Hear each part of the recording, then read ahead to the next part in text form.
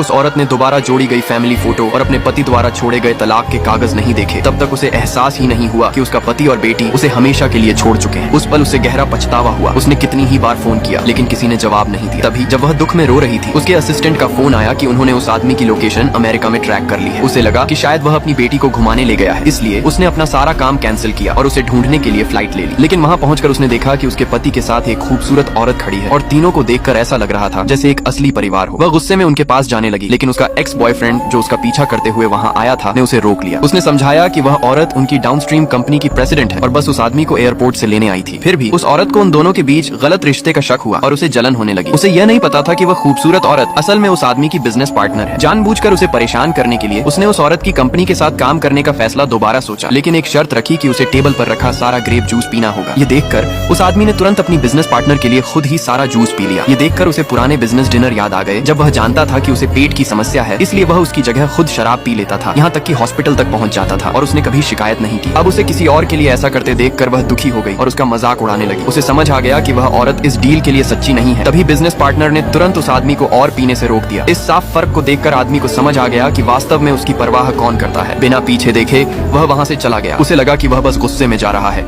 और अगर वह 3 तक गिनती गिनेगी तो वह वापस आ जाएगा। सच में वह आदमी दरवाजा खोलकर वापस आया। उसने तुरंत उसे डांटना शुरू कर दिया कि वह उनकी बेटी को ले गया और यह एक अच्छे पति या पिता की तरह नहीं है। उसने उससे माफी मांगने को कहा और वादा किया कि अगर वह ऐसा करेगा तो वह उससे दोबारा शादी कर लेगी और यहाँ तक कि उसकी बिजनेस पार्टनर को भी उसे छोड़ने के लिए कहा। लेकिन वह आदमी सिर्फ अपना फोन भूल जाने की वजह से वापस आया था। अब वह औरत खुद को रोक नहीं पाई और उससे पूछा कि क्या उसने बिजनेस पार्टनर की वजह से उसे तलाक लिया। उसने दावा किया कि वह उस औरत से ज्यादा काबिल और खूबसूरत है और 8 साल की शादी और एक बेटी होने के बाद उस बिजनेस पार्टनर को उसे छीनने का कोई हक नहीं है। अपनी बेटी का जिक्र सुनते ही आदमी गुस्से में आ गया। उसने कहा कि उसने कभी भी अपनी बेटी की परवाह नहीं की और वह माँ बनने के लायक नहीं है। तभी उसे अपने कर्मचारी का फोन आया जिसने बताया कि उनकी बेटी को स्कूल से कोई लेने नहीं आया। घबराकर उसने तुरंत उसे ढूंढने के लिए कहा। इस मौके का फायदा उठाकर एक्स बॉयफ्रेंड ने उसे नीचा दिखाते हुए कहा कि जो अपनी बेटी का ध्यान नहीं रख सकता वह पिता बनने के लायक नहीं है। अगर वे स्कूल नहीं गए होते तो उसकी बेटी खतरे में पड़ जाती। तभी आदमी को एहसास हुआ कि उसकी बेटी उस औरत की कार में है। ये सुनकर बिजनेस पार्टनर बहुत घबरा गई क्योंकि बाहर का तापमान -30 डिग्री सेल्सियस था। जब वे कार तक पहुंचे